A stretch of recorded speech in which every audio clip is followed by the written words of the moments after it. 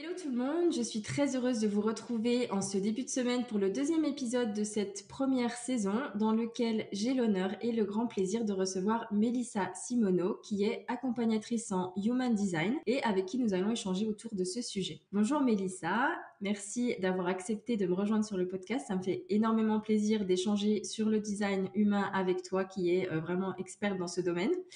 Est-ce que tu peux te présenter en quelques mots pour ceux et celles qui ne te connaîtraient pas encore? Oui, bonjour Lolita, bonjour à tous. Merci de me recevoir, de m'avoir invitée. Je suis super contente de participer. Et donc, pour en dire un petit peu plus sur moi, donc, j'ai 32 ans, j'habite à Paris. Et donc, je travaille, comme tu l'as dit, avec cet outil de développement personnel qui s'appelle le Human Design. Et avant ça, j'ai eu un parcours assez diversifié. Parce qu'en fait, le Human Design, c'est ma quatrième vie professionnelle. Avant ça, j'ai fait pas mal de choses. J'ai été attachée de presse dans le luxe, j'ai ouvert un bar à cocktails. Ensuite, j'ai été coach sportif pendant quelques années. Et donc, voilà, maintenant, je fais du Human Design et du développement personnel. Donc, j'ai pas mal changé de voie, travaillé dans plusieurs milieux différents, repris l'école et les formations à plusieurs reprises. Et donc maintenant, au quotidien, je travaille à diffuser cet outil du Human Design, que ce soit à travers les différents accompagnements que je propose, mais aussi via les contenus que je diffuse sur les réseaux sociaux, à travers les invitations au podcast auxquelles je participe, tout ça. Mhm. Un contenu très riche en plus, hein, sur ton compte Instagram, il y a vraiment beaucoup d'informations sur le human design, c'est super ce que tu fais. Et justement, avec ton parcours aussi diversifié, comment est-ce que tu es arrivé à t'intéresser à l'human design et comment ça s'est passé la découverte de cet outil? Alors, donc moi, en parallèle de cette vie professionnelle, diverse et variée, je me suis intéressée au développement personnel et à la spiritualité, un peu en toile de fond, hein, sans jamais vraiment au début, y penser que ça pourrait, devenir une activité professionnelle. Mais moi, en perso, je m'intéressais à beaucoup d'outils, que ce soit l'astrologie, l'énergétique, la médiumnité, plein de choses. Et donc j'ai rencontré beaucoup d'accompagnants, beaucoup de thérapeutes, mais je n'étais jamais, tombée sur le Human Design malgré pas mal de recherches et de rencontres. Et puis en fait, c'est arrivé, par hasard, comme j'aime dire, bien que je ne crois pas moi au hasard, mais j'ai découvert, un mot qui a attiré mon attention dans une story Instagram. Et ce mot fait partie du jargon, du vocabulaire Human Design. Et c'est quelque chose que j'aurais pu rater parce que c'est quelqu'un qui produit énormément de stories, que je regarde pas tous les jours, et cetera. Et puis voilà, je suis tombée là-dessus et ça a attiré mon attention et mon intérêt. Et c'est comme ça que j'ai découvert cet outil et que je suis immédiatement tombée Mhm. dans ce que j'aime appeler un peu le trou d'Alice au pays des merveilles, tu vois, genre le rabbit hole. Et je suis jamais ressortie. Donc au passage, les formations, et cetera, et la diffusion maintenant euh, de ce message, voilà, via les accompagnements que je propose et les réseaux et tout ça. Mais c'est comme ça que c'est arrivé, un peu par hasard. Et donc du coup, est-ce que tu peux nous en dire un petit peu plus sur le human design parce que c'est vrai que ça commence à être à la mode, ça commence à venir en vague vers chez nous, mais ça fait un petit moment que ça existe quand même. Et du coup, ça fonctionne avec des types énergétiques. Est-ce que tu peux nous en dire un petit peu plus sur les différents types qu'on retrouve dans le Mmh. human design et comment ça fonctionne en gros? Alors, pour expliquer déjà un petit peu plus ce que c'est que le Human Design, donc c'est un outil, de connaissance de soi qui date de 1987, donc c'est à la fois très récent, c'est pour ça que c'est peu connu et en même temps, bon, ça commence, à se diffuser plus largement comme tu le dis. C'est un outil qui est basé sur nos informations de naissance, donc notre date, notre lieu et notre heure de naissance et qui nous donne notre, moi ce que j'aime appeler notre ADN énergétique en quelque sorte, c'est-à-dire des informations sur, notre façon de fonctionner qui nous est propre, qui nous différencie des personnes autour de nous et qui nous donne des infos sur ce qui nous convient spécifiquement et plus particulièrement la façon dont on est conçu, par exemple pour recevoir, créer ou cultiver nos opportunités, pour utiliser et respecter notre énergie et son fonctionnement, pour communiquer, pour interagir, surtout pour prendre des décisions. On est tous absolument différents pour prendre des décisions qui nous conviennent. On parle également d'optimiser notre santé, notre bien-être, enfin vraiment c'est tout plein de choses. Donc ouais, c'est extrêmement complet, c'est extrêmement dense. Donc, peut-être que les personnes qui nous écoutent, qui connaissent pas encore leur human design, la première étape, en fait, c'est d'aller, que ce soit sur mon site à moi ou sur d'autres sites internet, on peut sortir, en fait, éditer son schéma énergétique. Donc il faut connaître son heure de naissance, bien sûr et ça nous donne en fait un schéma qui est bon, absolument pas, qui n'a pas vocation à être compris par soi-même, hein. C'est très dense, très complet. Il y a plein de formes géométriques, de couleurs, de chiffres. Enfin, c'est tout à fait normal d'être perdu. C'est pas le but. En revanche, il y a des informations en légende. Sur tous les logiciels, il y a une légende, et notamment en design, on découpe entre guillemets la population en différents types énergétiques. Ça va beaucoup plus loin que le type, donc ça je tiens toujours à le préciser. Donc si jamais vous vous reconnaissez pas quand vous entendez des infos ou que vous lisez des infos sur votre type énergétique, c'est important de retenir que on ne s'arrête pas là en fait. Ça va beaucoup, beaucoup plus loin, il y a beaucoup plus d'infos, mais c'est quand même le niveau de lecture le plus superficiel, le plus important, parce que c'est ce qui va distinguer un petit peu le véhicule énergétique qu'on occupe. D'accord. C'est vrai que ça peut faire un petit peu peur quand, on parce que je l'ai fait, donc du coup, je me suis connectée à un site et j'ai renseigné mes informations et j'ai eu mon type énergétique et comme tu dis, on a ce schéma et du coup, la première fois que je l'ai fait, je me suis dit: «Ah non, mais c'est trop compliqué pour moi à comprendre», donc j'ai abandonné. Ouais, mais voilà, il y a beaucoup de gens qui se disent: «Ah bah, du coup, je peux pas comprendre», et en fait, c'est là où moi je rappelle à tout le monde, enfin, les gens qui s'intéressent au design ne sont pas forcément les gens qui s'intéressent à l'astrologie, mais pas mal de fois quand même on retrouve cet intérêt commun, et en fait, un thème astral, si les gens en ont déjà vu un thème astral, ça n'a pas du tout vocation à être interprété, pardon, par soi-même non plus, hein. C'est très compliqué la roue, enfin, je sais pas si toi tu as déjà vu le tien? Oui, Mais c'est normal, c'est pareil, hein, et j'ai l'impression que c'est, parfois les gens, en fait, oublient ou n'ont jamais vu leur thème astral et pensent que l'astrologie, c'est peut-être juste le signe solaire dans le magazine et tout ça, et en fait, c'est bien plus que ça, et quand on n'est pas un astrologue aguerri, on se retrouve devant cette roue, et toutes ces maisons et toutes ces lignes et ces chiffres et tout. C'est pas plus simple à comprendre, hein. tout à fait, tu as totalement raison. Et du coup, oui, je veux bien que tu nous en dises un petit peu plus sur les types énergétiques qu'on peut retrouver du coup de façon, générale sans rentrer trop dans les détails parce que je sais que Mmh c'est mh. très complexe. Ouais, alors c'est très complexe, et puis on pourrait parler des heures, hein, sur chaque type Mmh énergétique, mh. mais déjà pour donner un petit aperçu quand même aux gens. Donc il y a 4 grands types énergétiques, 4 catégories de personnes.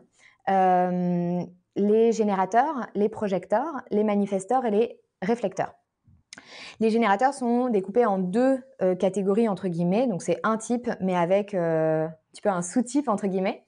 Donc les générateurs, les manifesting générateurs, ce qui est important à savoir aussi, c'est que les proportions dans la population, hein, statistiquement, sont absolument inégales, et ça, c'est vraiment très important dans l'appréhension du design. C'est-à-dire que les générateurs et manifesting générateurs, donc ce groupe-là, c'est 70 de la population. Les projecteurs, c'est 20, les manifesteurs, c'est entre 8 et 10, et les réflecteurs, c'est 1. Donc déjà, on voit qu'il y a quelque chose de très différencié à ce niveau-là. Après, pas d'inquiétude, hein, même quand on fait partie du groupe des générateurs et manifesting générateurs, qu'on est 70 de la population, comme je l'ai dit, la différence va se faire, et notre unicité va se révéler dans les profondeurs du schéma. Donc il y a des gens qui parfois se disent: «Ah oui, mais moi j'appartiens à la majorité, du coup je suis pas unique». Ah si, si, hein, chaque schéma est unique. Donc après les combinaisons sont tellement larges et vastes, et il y a des milliards de configurations possibles, donc on ne peut pas s'arrêter au type et décider que ça suffit. Mais c'est l'élément le plus important. Donc pour en dire brièvement quelques mots, les générateurs et manifesting générateurs sont vraiment ces personnes-là qui ont accès à un réservoir d'énergie, ce qu'on appelle une force de vie, une vitalité, qui est incroyable, qui est absolument extrêmement puissante en fait, et qui va déterminer la capacité de travail de ces gens-là. Et par travail, on entend placer son énergie dans des choses qui leur font profondément plaisir. C'est des gens qui sont faits pour se lever le matin avec un réservoir rempli à bloc, épuiser leur énergie jusqu'à la dernière goutte en faisant des choses qui les passionnent, qui les excitent, qui les attirent, et se coucher complètement épuisés mais ultra satisfaits, recommencer le lendemain. C'est des gens qui sont faits pour suivre en fait ce que leur sensation viscérale leur indique par rapport à ce qui se présente autour d'eux. Ça peut être une question, un email, une photo, un site web, une photo sur Instagram, quoi que ce soit. Et c'est comme ça en fait que ces gens-là sont faits pour prendre leurs décisions et naviguer dans la vie. Pour personne, la clé, c'est d'utiliser sa tête, hein, vraiment, ça, c'est valable pour tous les types que je vais décrire, et eux, leur façon de prendre des décisions, c'est de se baser sur ce que leur ventre leur indique. En chaque instant, ils sont capables de dire: «OK, là, je ressens une forte attirance face à ce qui se présente. Tiens, j'ai reçu ce message. Poup, ça a fait naître en moi une espèce d'explosion d'énergie. OK, allez banco, j'y vais», et j'utilise l'exemple du message, mais ça peut être tout et n'importe quoi, comme je l'ai dit. Hem et donc c'est des gens qui doivent aussi apprendre à poser, des limites sur leur énergie parce que comme je l'ai dit, il y a un fort potentiel, mais qui quand ils ne savent pas prendre des décisions qui leur conviennent, ou quand ils ont certaines vulnérabilités autour de ce qu'on appelle le people pleasing, tu sais? De parfois vouloir, s'oublier pour faire plaisir aux autres et cetera, peuvent très vite se retrouver avec, au lieu d'avoir des journées comme je l'ai décrite, la journée idéale à épuiser son énergie à faire ce qu'ils aiment, peuvent très bien se retrouver un peu «esclaves» entre guillemets des envies et des besoins des autres et parce que énergétiquement ça se sent en fait leur potentiel et donc si en plus on rajoute à ça notre société un peu, à influence judéo-chrétienne où on dit: «On peut pas faire ce qu'on veut dans la vie, c'est pas facile, on choisit pas» et cetera. On peut se retrouver avec, ces personnes-là pour qui, l'utilisation de leur énergie est absolument clé à leur épanouissement, peuvent au contraire se retrouver, dans des vies où ils sont, plutôt frustrés, avec beaucoup d'activités qui viennent depuis des obligations, une notion de sacrifice, au lieu d'être depuis une place de plaisir, de joie et d'expansion. Donc c'est vraiment important pour tous ces gens-là d'apprendre à dire non, d'apprendre cette notion que j'adore explorer en séance, où, j'en parle régulièrement sur les réseaux, d'égoïsme sain, d'égoïsme éclairé. Et qui consiste à se choisir, parce que oui, c'est important pour tout le monde, mais pour ces gens-là, l'utilisation de leur énergie est absolument cruciale à leur alignement, à la fois, dans leur vie, à la fois spirituelle, mais à la fois aussi au niveau de leur santé. Et la différence entre les 2, pour ne pas oublier quand même les manifesting générateurs, puisque c'est un seul type, mais qu'il y a quand même une petite différence de conception entre les 2. Ça va être que le générateur simple va avoir un processus beaucoup plus linéaire, beaucoup plus, on fait A, puis on passe à B, puis on passe à C, que ce soit dans la vie ou dans l'apprentissage d'une tâche ou voilà. Alors que le manifesting générateur, ce sont des êtres qui sont faits pour être vraiment profondément multitâches par nature, qui sont là pour utiliser leur énergie dans différentes activités, parfois les mener de front en même temps et qui ont pu être jugés ou qui peuvent continuer d'être jugés, que ce soit par leur famille ou par leurs amis ou dans leur vie professionnelle comme étant, trop éparpillés, trop dispersés, il faudrait choisir une voie et cetera alors que c'est spécifiquement ce qui leur convient. C'est des gens qui amènent une capacité d'efficacité, de productivité, d'aller plus vite, de trouver des raccourcis.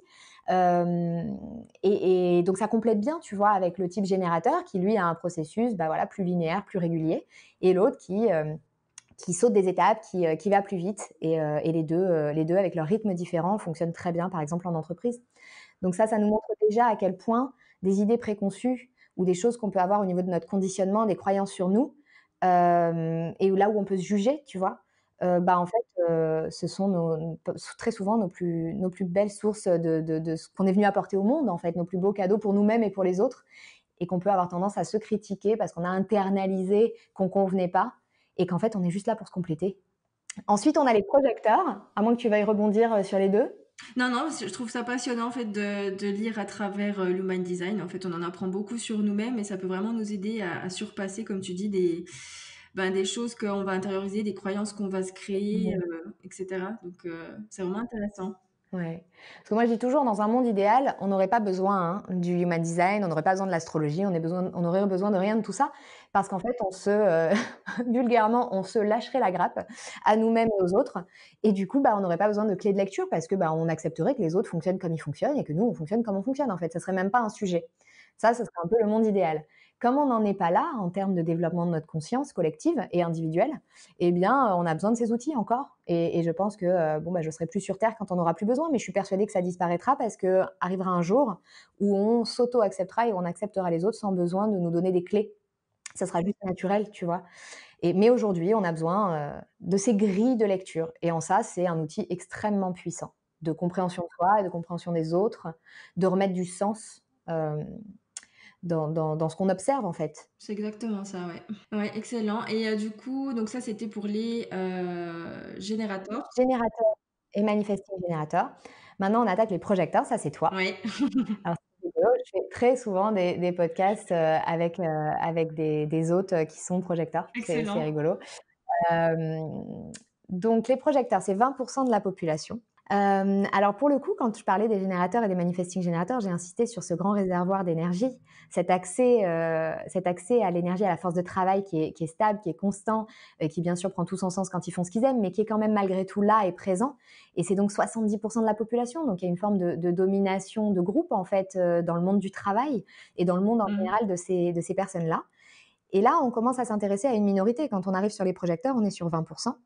Et la vraie différence qui va s'opérer entre, que ce soit les projecteurs, les manifesteurs, les réflecteurs, donc ces 30 restants, et qui va vraiment créer une coupure avec les 70% de générateurs et manifesting générateurs, c'est justement là, cet accès à la force de travail qui est stable chez les 70% de la population qu'on vient d'évoquer et qui est instable au sens fluctuante, variable chez les projecteurs, manifesteurs, réflecteurs.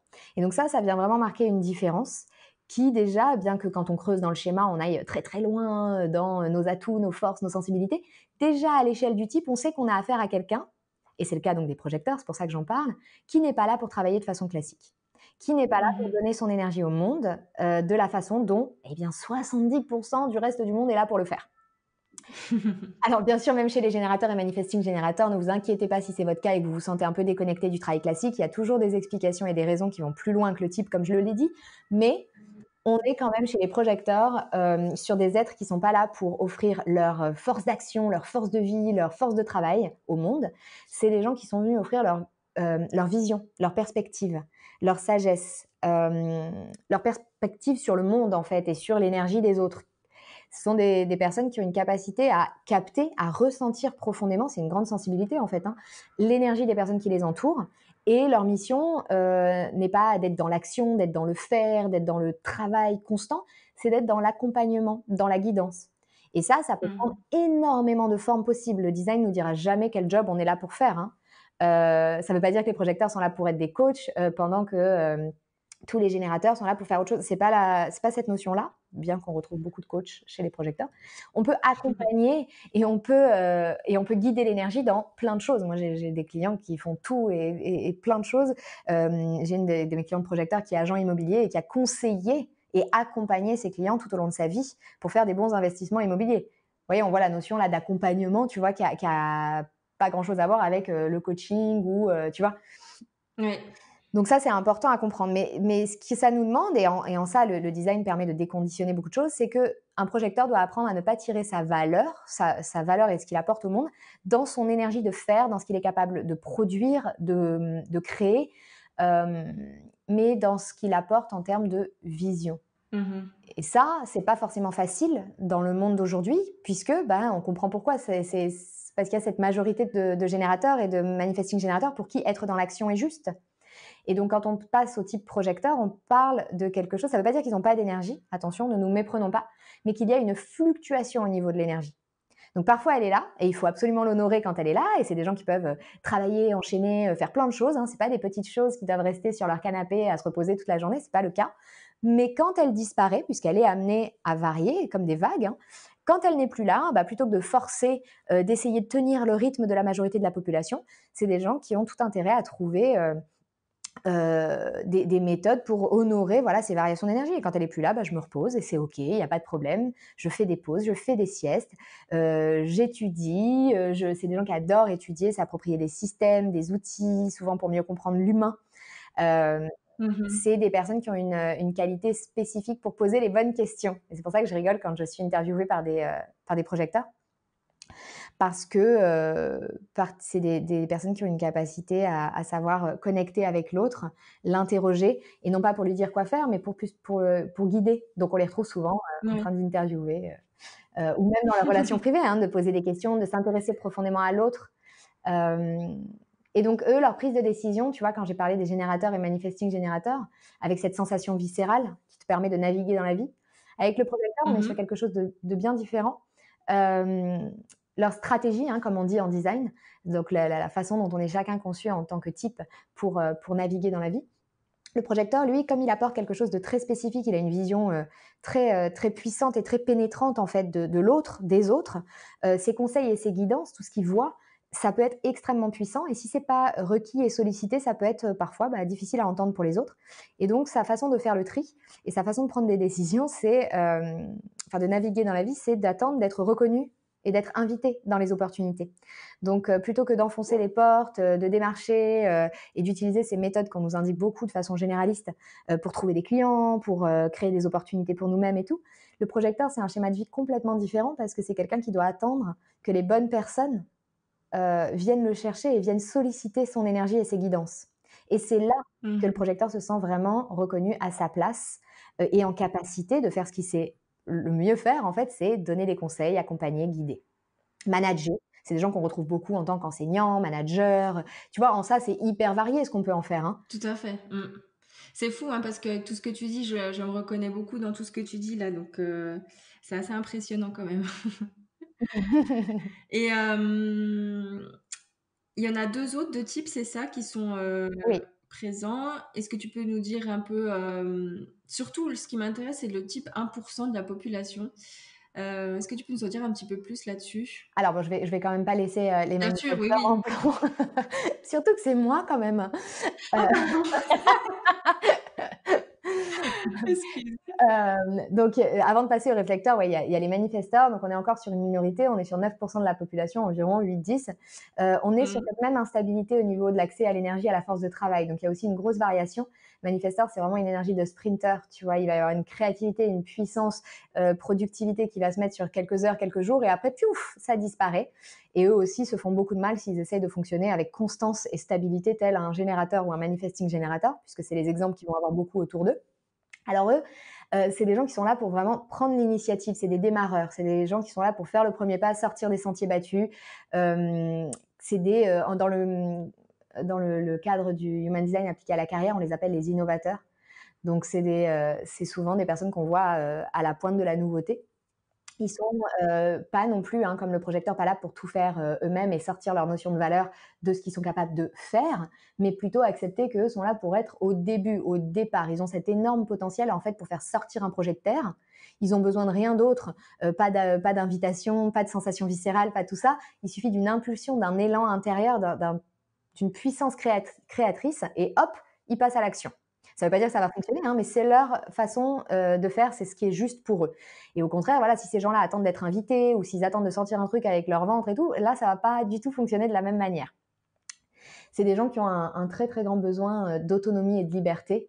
C'est pas toujours facile d'ailleurs pour eux d'évoluer dans le monde de l'entreprise, tu vois? Parce que ça peut être difficile d'être micromanagé, d'être encadré, qu'on te demande des comptes et tout ça, parce que c'est des gens qui ont, ce besoin vital d'indépendance. Donc naturellement, on les retrouve souvent, mais pas exclusivement, mais souvent dans le milieu de l'entrepreneuriat. Pas parce que ça vient satisfaire ce besoin de liberté, mais aussi ce besoin, de créer, ce besoin d'innover. Et eux, alors leur stratégie de fonctionnement, tu vois, comme on l'a vu pour les autres, bah, ça consiste bien entendu à faire le premier pas, à prendre l'initiative dans tout ce qu'ils, mettent en place, mais aussi à informer avant d'agir les personnes que leurs décisions peuvent, potentiellement impacter, sur lesquelles elles peuvent avoir des conséquences. Parce qu'ils ont une énergie qui est, assez particulière, assez puissante et impactante pour les autres et qui peut naturellement, et c'est pas intellectuel et c'est pas personnel, mais faire, ressentir parfois de la méfiance ou parfois, une impression ouais, de menace en fait par les autres. Quand un manifestant rentre dans une pièce, ça se sent. Et le moyen en fait d'éliminer cette résistance, cette méfiance, qui n'a encore une fois rien de personnel, hein, c'est pas, on parle d'énergie, mais c'est quand même là. Et donc pour pas être justement contrôlé, empêché ou subir la résistance ou la méfiance et que ça nuise à la communication, que ça nuise à son harmonie et à son besoin aussi de faire son truc dans son coin, eh bien le meilleur moyen de se prémunir contre ça pour le manifesteur, c'est qu'une fois qu'il a pris une décision et avant de la mettre en action, plutôt que de se cacher dans son coin en se disant on va encore m'empêcher, on va encore me contrôler, il vaut mieux que je fasse ça en me cachant, eh bien pas du tout. Ce qui fonctionne pour lui, c'est d'informer. Donc de dire voilà ce qui va se passer. Et ça ne revient pas à demander la permission, hein, pour ces gens-là, c'est simplement passer l'information, avoir une communication claire et dire voilà, j'ai pris telle décision. Voilà, je te mets au courant. Et ça paraît très facile pour les autres types, mais pour le manifesteur, c'est très, très difficile. C'est un type pour qui c'est pas forcément intuitif. Et donc, on passe pas mal de temps en séance à discuter de ça, à échanger, à le remettre dans le contexte de leur vraie vie et à voir en quoi ça peut être un outil extrêmement puissant pour obtenir ce que cherche tout manifesteur, qui est la liberté d'être laissé en paix à faire son truc dans son coin.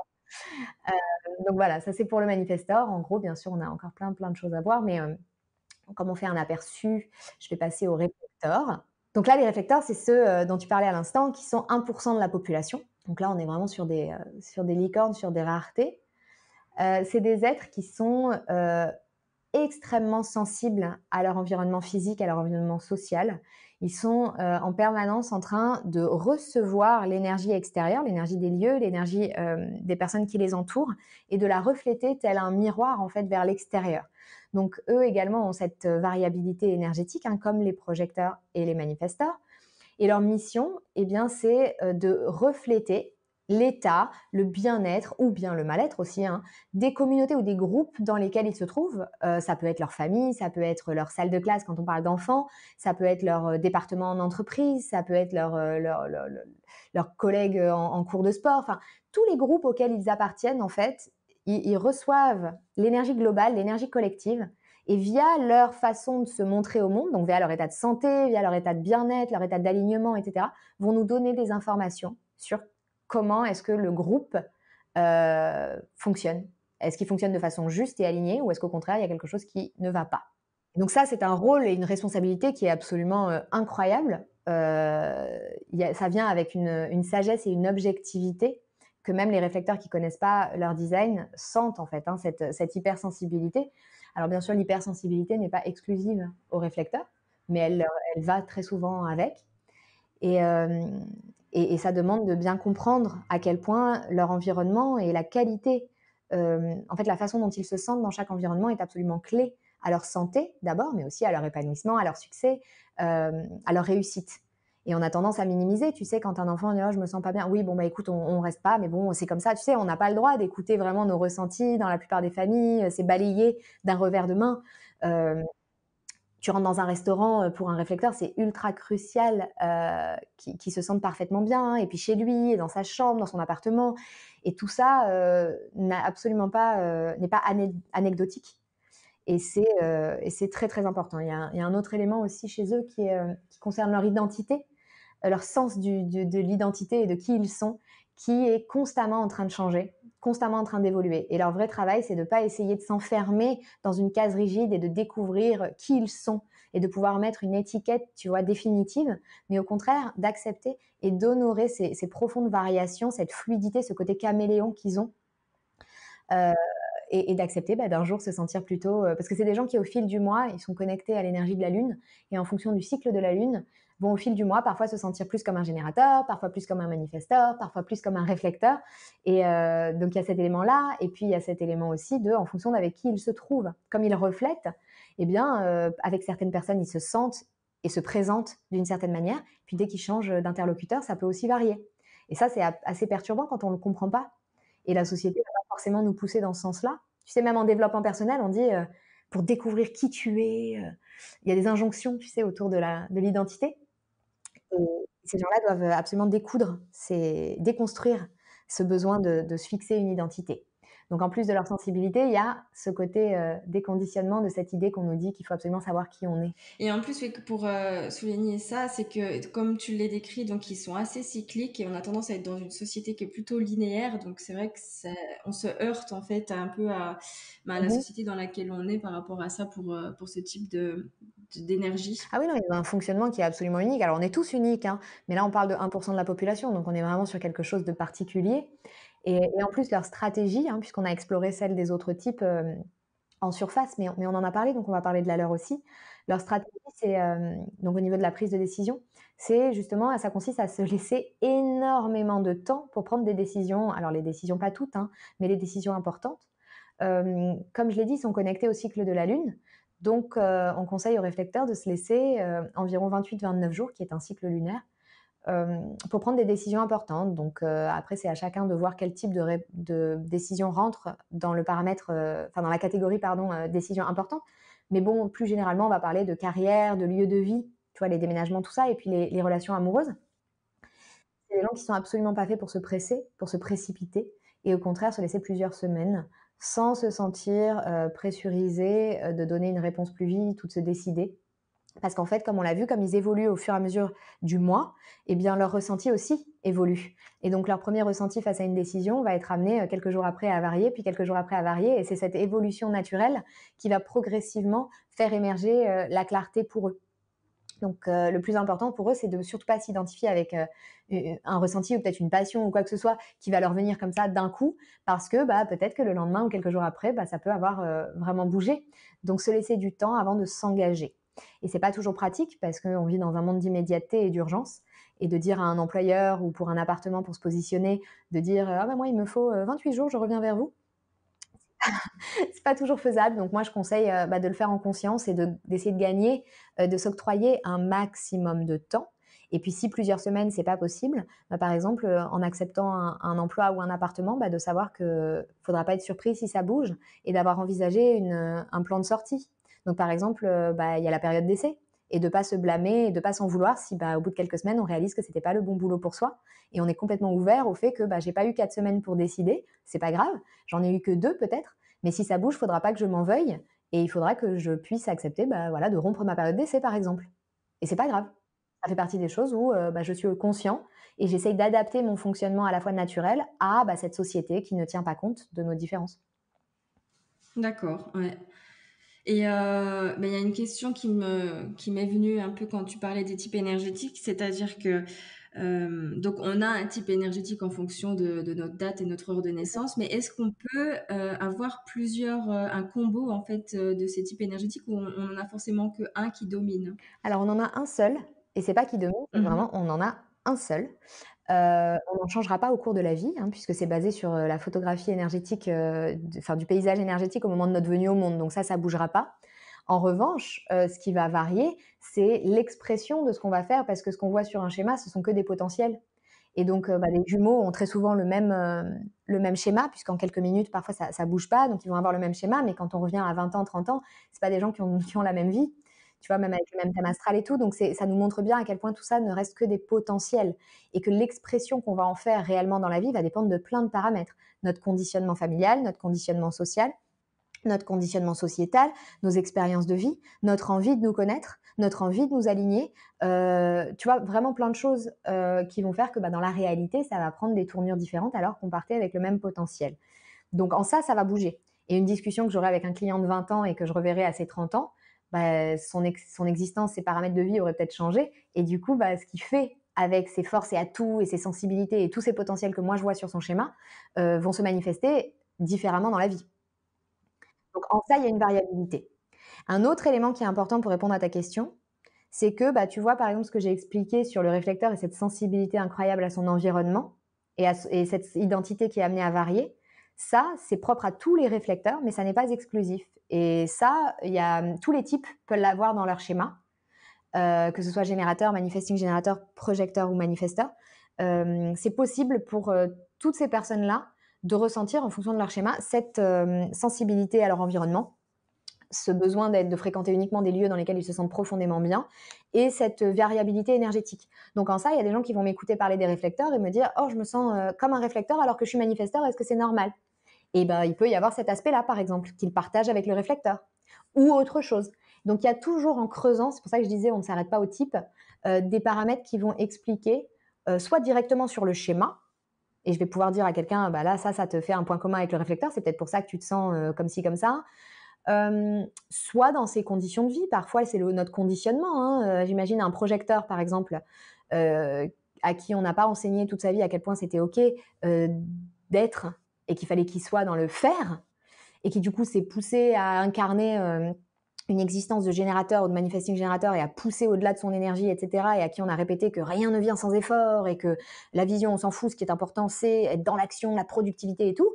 Eh bien, s'il a profondément incarné, internalisé ça, bah, il peut se sentir complètement déconnecté et me dire: «Ah bah moi, je connecte pas avec ce que tu dis sur le projecteur», tu vois? Ça va être du conditionnement. Donc il y a vraiment plein de choses qui peuvent expliquer qu'on résonne ou pas avec des choses qu'on entend de façon très généraliste ou qu'on lit de façon généraliste hors d'une séance approfondie. Tout à fait, ouais. Et toi, personnellement, dans ton propre développement personnel, comment est-ce que cet outil de l'Human Design, ça t'a concrètement aidé? Est-ce que ça t'a créé des déclics, par exemple, quand tu as découvert l'Human Design? Ouais, moi, ça a été, alors plein de choses à différentes échelles, hein. Là, on a parlé du type, mais il y a vraiment beaucoup, beaucoup d'éléments à prendre en compte sur un schéma. Alors déjà, moi, je suis manifesteur, donc à l'échelle du type, de comprendre que j'étais, là pour démarrer, pour innover, pour faire les choses différemment, pour sortir des sentiers battus. Ça m'a permis et pourquoi aussi je me sentais pas forcément bien en entreprise. J'y ai passé 3 ans et ça a été, très, très compliqué pour moi et ça m'a permis de comprendre plein de choses dans mon fonctionnement, dans mon parcours, de comprendre pourquoi j'étais pas forcément faite pour le monde de l'entreprise, pourquoi ça avait été très difficile pour moi, même à la vingtaine, d'avoir accès à cette énergie au long cours, tu vois, de travailler 40 ou 50 heures par semaine. Et Mmh. à 21 ans, me dire, mais je peux pas tenir une vie comme ça, je vais mourir en fait. Et comment font les gens qui font ça toute leur vie? J'ai même pas la force d'aller au restaurant le soir, enfin, je peux plus, quoi. Et donc ça, c'est des choses que j'avais vécues. Donc bon, même sans le design, j'avais compris que ça, c'était pas pour moi. Mais donc c'est venu normaliser ça, en fait, me dire: «OK, ce besoin de liberté, ce besoin d'indépendance et ce besoin de repos, déjà, à l'échelle de mon type, c'était important».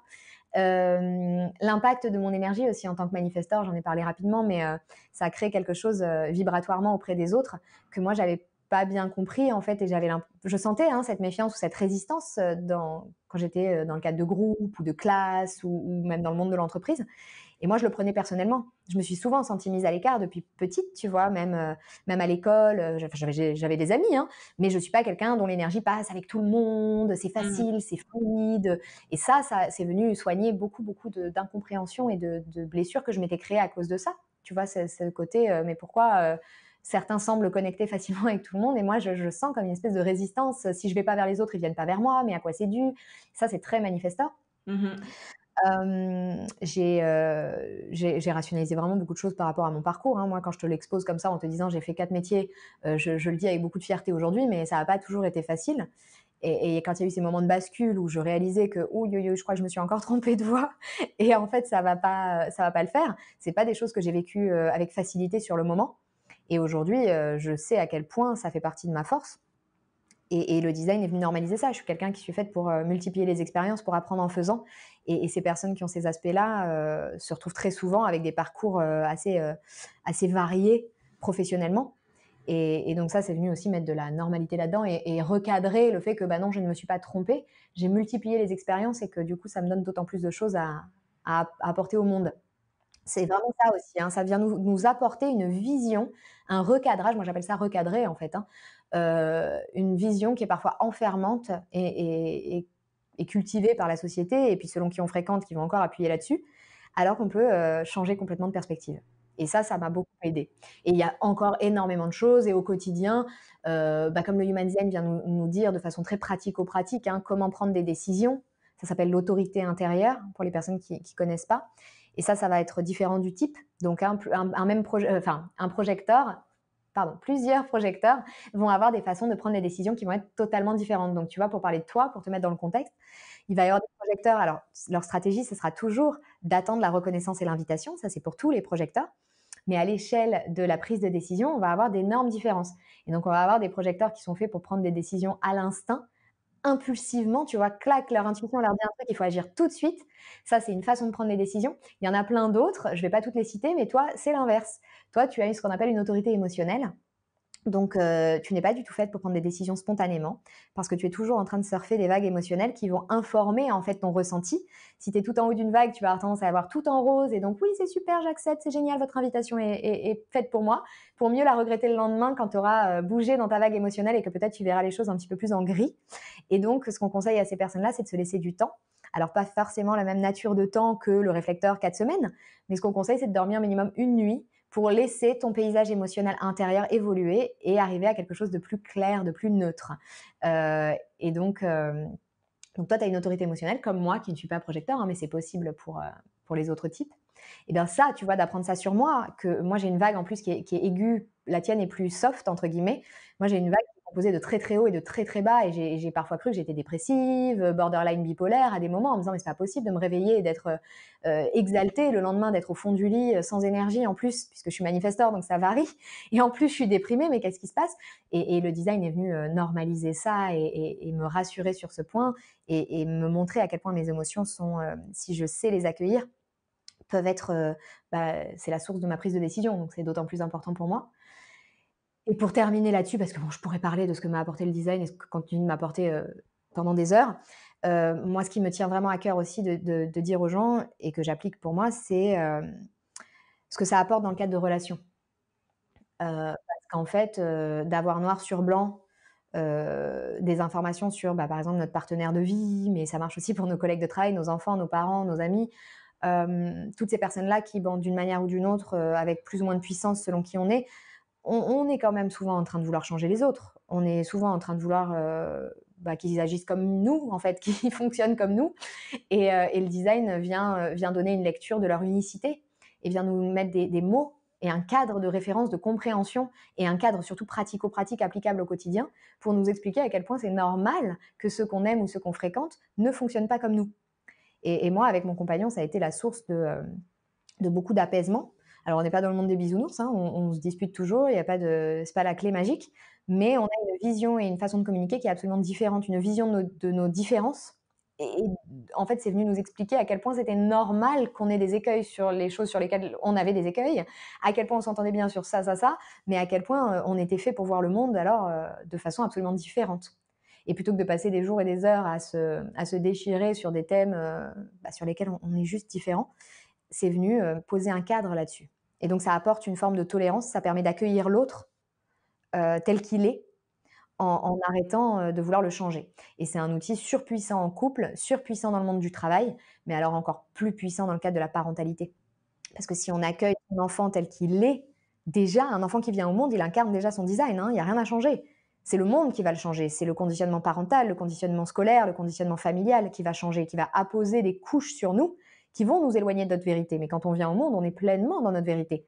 Et donc accueillir son enfant et avoir son guide, sa notice d'utilisation au sortir de la maternité, ça ne va pas éviter de faire des erreurs parce qu'on est des parents et on en fait, mais ça va permettre de laisser éclore ce qui est déjà là, de soutenir ce qui est là, d'accompagner de façon juste. Et en ça, c'est vraiment un sujet qui me tient particulièrement à cœur et que tous les parents du monde puissent avoir le design de leur enfant, ça serait, ça changerait drastiquement l'humanité dans laquelle on vit. Oui, c'est hyper instructif déjà pour soi, mais c'est clair que dans nos relations avec les autres, comme tu dis, c'est encore un atout, quoi, parce qu'on comprend mieux certaines choses et ça permet de mieux communiquer, Mmh. ça permet voilà, d'avoir des relations plus saines et comme tu dis, de cultiver la compassion, la tolérance envers Mmh. l'autre. Donc c'est Absolument. génial. Et quel conseil tu pourrais donner à ceux qui, par exemple, là, vont écouter le podcast et qui vont se dire, OK, je vais me connecter Internet, je vais regarder c'est quoi mon profil. Mmh. C'est quoi l'étape suivante au-delà du fait de savoir que je suis manifestor ou un projector? C'est quoi l'étape d'après? Alors déjà, donc comme tu l'as dit, le plus important, c'est d'éditer son schéma, donc avec sa date, son lieu, son heure de naissance. Une fois qu'on a ce schéma, donc comme on l'a dit, on ne se laisse pas impressionner, on regarde la légende. Et les éléments clés pour débuter, c'est donc ce type, de savoir est-ce que je suis manifestor, projecteur, etc. L'autre élément, c'est l'autorité intérieure. Donc souvent sur les logiciels anglais, ça sortira Inner Authority. Ça, c'est notre système de prise de décision. C'est ce que j'ai expliqué très rapidement quand je t'ai dit que toi, par exemple, tu étais faite pour te laisser du temps pour que tes émotions évoluent et donc tu n'es pas faite pour prendre des décisions spontanées. Là, je parlais de ton autorité émotionnelle. Donc pour les gens, il va falloir qu'ils regardent aussi quel est leur système de prise de décision. Parce que pour les générateurs, ça peut varier. Pour les projecteurs, ça varie beaucoup. Il n'y a que pour les réflecteurs où ils ont tous le même qui est attendre un cycle lunaire. Donc ça, c'est vraiment un élément important. Un autre élément, ça va être ce qu'on appelle le profil, qui est composé de 2 chiffres. Donc ça peut être 1, 3, 2, 4, 6, 3. Ça aussi, c'est important. Et d'observer sur son schéma, il y a des formes géométriques en fait qu'on appelle des centres, il y en a 9. Et je conseillerais pour débuter de noter, là j'ai fait pas mal de posts là-dessus, hein, lesquels sont blancs chez soi et lesquels sont colorés. Une fois qu'on a ça, ça permet, de mieux comprendre ce qu'on va lire, notamment dans mon contenu sur Instagram. Le contenu que je diffuse en bienvenue, en abonnement sur ma newsletter aussi pendant quelques semaines, les gens reçoivent des informations, justement sur leur centre énergétique. Tout ça va permettre de mieux comprendre parce que c'est vrai que si on arrive sur mon Insta ou si on arrive même à d'autres infos, si on ne connaît pas, ce qui nous correspond, c'est difficile de savoir si cet outil peut nous parler. Donc ça va permettre de mettre en contexte les choses, de dire: «OK, moi je suis un manifesteur, mon autorité elle est émotionnelle, je suis profil 2-4. OK, moi en l'occurrence, j'ai beaucoup de posts qui vont parler des manifesteurs, donc on peut lire là-dessus, qui vont parler des profils, donc on va pouvoir aller dire: «Ah, qu'est-ce qui se passe avec un profil avec un 2? Ah, qu'est-ce qui se passe avec un profil avec un 4?» Et donc les gens peuvent mettre du contexte dans ces infos. Pareil pour votre famille, pour vos amis, pour tout ça, du coup, faites la même chose et puis voyez, comment ça vous parle pour vos enfants, tout ça. Ensuite, ça c'est déjà hyper important et je sais que j'aide, moi je parle de ce que je connais, donc les retours que j'ai des gens qui n'ont jamais travaillé avec moi, qui déjà, avec les contenus que je diffuse en newsletter ou sur Instagram, ça leur apporte déjà beaucoup de sens. Donc ça, c'est une première étape. Ensuite, pour aller plus loin, moi, je propose 2 accompagnements, que ce soit donc soit la séance individuelle où on est en visio pendant 2 heures et où là, on va explorer tout ça ensemble dans le cadre d'une conversation. Donc il y a cette pertinence de remettre dans le contexte de la vie de la personne, qui me sollicite.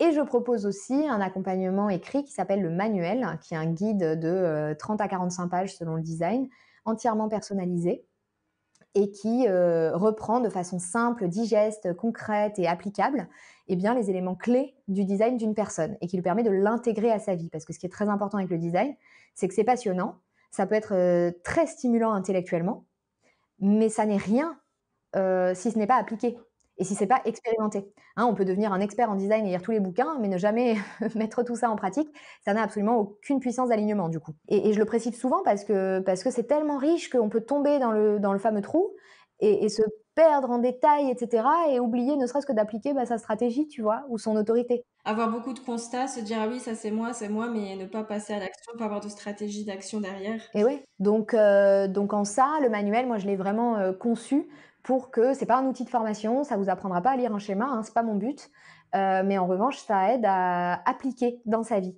et j'ai beaucoup de gens maintenant, enfin, ça fait plus d'1 an que je l'ai lancé et j'ai beaucoup de gens qui, l'ont pris pour eux, qui reviennent pour le commander pour, ceux qu'ils aiment et parce que c'est un super cadeau, ou pour leurs enfants, pour tout ça Mmh. et en ça, c'est un très bon outil, donc je suis biaisée, hein, puisque c'est moi qui l'ai créé, mais je trouve que c'est un très bon point de départ, si la séance ne semble pas juste, au départ ou voilà, puis de toute façon le manuel suffit, hein. Il y a beaucoup de gens qui ne prendront que le manuel et ne me rencontreront jamais en séance et tant mieux et c'est un super point de départ pour qui veut aller plus loin et qui, après avoir lu des choses sur internet ou sur mon compte et cetera, a envie, de voir de creuser en détail un petit peu plus sur lui. Voilà. Oui, je mettrai en description du podcast toutes les infos évidemment pour ceux qui veulent, retrouver ton compte Instagram et pouvoir aussi aller sur ton site et Mmh commander mh. le manuel ou booker une session avec toi pour parler de leur profil. Mmh. Et pour la petite, minute, culturelle, est-ce que tu aurais une lecture à nous recommander sur le human design? Alors il y a peu de livres, mais si je dois en recommander qu'un, c'est, en français, il s'appelle «Le livre de référence du design humain». Il a été rédigé par, le fondateur, le créateur du design, qui s'appelle Ra Uru et une autre personne avec qui il travaillait, qui s'appelle Linda Bunnell. Donc ça s'appelle «Le livre de référence du design humain». Je le donne parce que je donne qu'un livre et que c'est celui-là et que c'est entre guillemets, «la bible» entre guillemets. À savoir quand même que, ça n'est pas, concret, digeste, applicable. C'est vraiment type énorme bouquin de formation. Mais ça reste le livre le plus proche, des informations originelles, hein, puisque c'est le fondateur qui l'a écrit, par rapport à beaucoup de choses qu'on peut lire à droite à gauche. Mais mais c'est vrai qu'il ne faut pas s'attendre à quelque chose de compréhensible. C'est vraiment pour les gens qui ont envie d'aller creuser à fond, soit les gens qui sont en train de se former ou d'explorer tout ça. Mais c'est pas, le travail que moi je fais sur Instagram de traduction du tout, hein. Bah, peut-être qu'un jour on aura le plaisir de lire ton livre qui sera plus digeste pour tout le monde. Qui sait?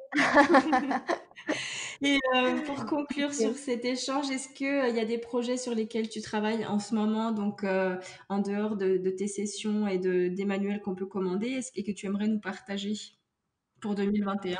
Alors, ouais, en ce moment, j'ai énormément de travail. J'avais envie de faire naître des choses là en début d'année et en fait, j'ai beaucoup, beaucoup de travail entre les séances et les manuels, donc j'ai moins de temps créatif, et de repos puisque moi, c'est de là que naissent mes élans et mes pulsions créatives, c'est dans les repos et là, j'en ai pas suffisamment en ce moment pour la manifesteur que je suis.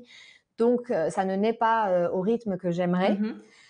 Mais j'en parle depuis un moment et donc j'ai confiance que ça la gestation, finira par un accouchement à un moment, je ne sais pas quand. Mais je travaille en toile de fond à trouver en fait la meilleure façon pour moi de diffuser ces informations d'une manière différente de ce que je fais déjà, parce que là aujourd'hui je le fais à l'échelle individuelle dans mes accompagnements. Je le fais, bon, à l'échelle collective sur Instagram, mais je voudrais, offrir la possibilité à des gens d'explorer davantage, plus en profondeur et de façon plus collective, donc à travers des masterclass probablement, J'envisage pas pour l'instant de fournir une formation complète au design, c'est pas ce qui me paraît juste aujourd'hui pour moi. En revanche, faire des vidéos, qu'elles soient en live ou pas, tu vois? C'est un peu ça, je sais même pas quel format j'ai envie de donner à tout ça, mais je sais en tout cas que j'ai envie de répondre, enfin je le voulais avant et puis je vois cette année, il y a pas un jour où j'ai pas une demande sur, les personnes qui ont envie d'en apprendre plus, sur les autres ou des coachs, des accompagnants, des thérapeutes, mais aussi des particuliers, hein, qui ont juste envie d'explorer plus et j'ai envie de trouver un moyen qui me permette moi de me faire plaisir à l'oral, puisque je préfère, parler qu'écrire, à l'oral, de toucher beaucoup plus de monde que ce que je le fais aujourd'hui, ce qui serait, bah, déjà qui va dans le sens de mon envie, de mon message, mais aussi dans le sens de mon énergie puisque comme on l'a vu, moi j'ai une énergie fluctuante de manifestor. Donc quand je vais à l'encontre de ça et que je fais, trop de manuels, trop de séances, c'est pas quelque chose qui est durable. Donc j'ai besoin de quelque chose où je peux, bah, parler à plus de monde en moins d'énergie pour moi. Et donc ça serait très dans la lignée du fait que j'ai envie de parler à plus de monde et en même temps très respectueux de mon fonctionnement à moi, beaucoup plus écologique avec mon design. Donc je cherche actuellement, enfin actuellement là j'ai beaucoup de travail comme je le disais, mais ça tourne en fait un peu en moi depuis des mois, hein, maintenant, de trouver le meilleur moyen de rendre cette information plus accessible, de l'offrir à des gens qui ont envie de mieux accompagner leurs clients, tu vois? Ces coachs, ces thérapeutes, sans prétendre dire: «Je vais faire de vous des analystes en human design», hein, pas du tout, c'est pas le but. Mais voilà, d'être capable de voir les grandes lignes d'un schéma et de parce que la vérité de quelqu'un, elle est vraiment, certes, c'est hyper important de creuser dans le schéma et je le fais en séance et c'est très puissant. Mais je suis persuadée qu'on n'a pas besoin de tout ça pour mieux accompagner quelqu'un et déjà en tant que coach, de savoir si tu as affaire à un projecteur ou un manifestor, ça va changer absolument la donne, heu, enfin la façon dont tu vas t'adresser et accompagner cette personne et j'ai de plus en plus de demandes là-dessus, donc je trouve ça super parce que, bah, ça démontre que, bah, les coachs, les accompagnants, les thérapeutes, conscients ont compris en fait à quel point, s'ils ont eu la chance de croiser cet outil, à quel point c'est clé dans leur métier et donc en ça, je voulais déjà le faire et cette année, de travail sur Instagram et ce contact de beaucoup de gens conforte à quel point c'est ma prochaine étape. Maintenant, c'est encore en gestation. Alors je fais déjà des conférences et des masterclass quand ça m'est demandé par des coachs. Je le fais dans le cadre, bah, de leur, tu vois, je prends la parole devant leurs clients pour présenter le design et cetera, donc ça, je le fais déjà, mais j'ai envie de quelque chose de plus grand et de plus structuré un petit peu, tu vois? Donc c'est mon projet, alors moi j'aime pas, fixer des objectifs d'année, tu sais, de début d'année, les intentions, tout ça là. Donc je vais pas dire mon projet 2021 parce qu'en plus c'est depuis 2019 que je pense à ça donc voilà.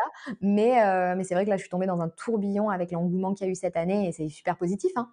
Mais c'est parfois pas facile de garder le cap sur, qu'est-ce qu'on veut offrir de nouveau, surtout moi, tu vois, comment je veux innover, comment je veux sortir des sentiers battus. Voilà, donc en tout cas, c'est mon prochain projet. Peut-être qu'il y en a d'autres qui vont naître entre-temps, hein, mais en l'occurrence, c'est vraiment celui-là qui me tient le plus à cœur, parce que, bah, ça va dans le sens de ce qui est le plus important pour moi, qui est que le plus de personnes possible, entendent ne serait-ce que parler de cet outil, sachent qu'il existe, qu'il arrive dans leur champ de conscience. Même en lisant 3 lignes, tu vois? Parce que je suis persuadée qu'il y a du potentiel là-dessus. Il y a des tas de gens qui, raisonnent pas forcément en lisant quelques lignes, mais hop, c'est rentré, tu vois, dans leur champ de conscience et hop, quelques années après, ils rencontrent quelqu'un qui leur en parle: «Ah mais c'est vrai, j'ai déjà entendu parler de ce truc» et cetera et ça sème des graines de tolérance, des graines d'acceptation, des graines d'alignement dont on a plus que jamais besoin donc moi, mon but, c'est de le diffuser à la plus grande échelle possible. Donc tout ce qui va dans ce sens, m'importe, en fait. Bah, c'est une très belle, façon de conclure le podcast. C'est très beau ton petit message là. Ça donne de l'espoir pour l'avenir et puis, c'est vrai que je pense qu'on va en entendre de plus en plus parler, je l'espère en tout cas, parce que c'est vraiment un outil formidable.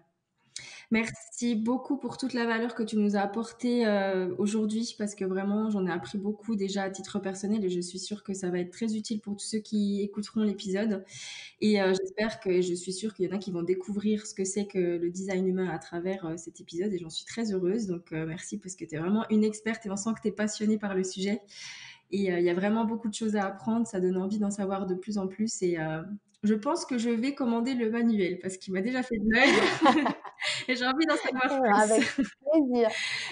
Mais en tout cas, merci beaucoup Lolita pour ton invitation. Merci à toi d'avoir accepté. Merci beaucoup. À très bientôt et plein de réussite pour toi, dans cette belle année 2021. Merci.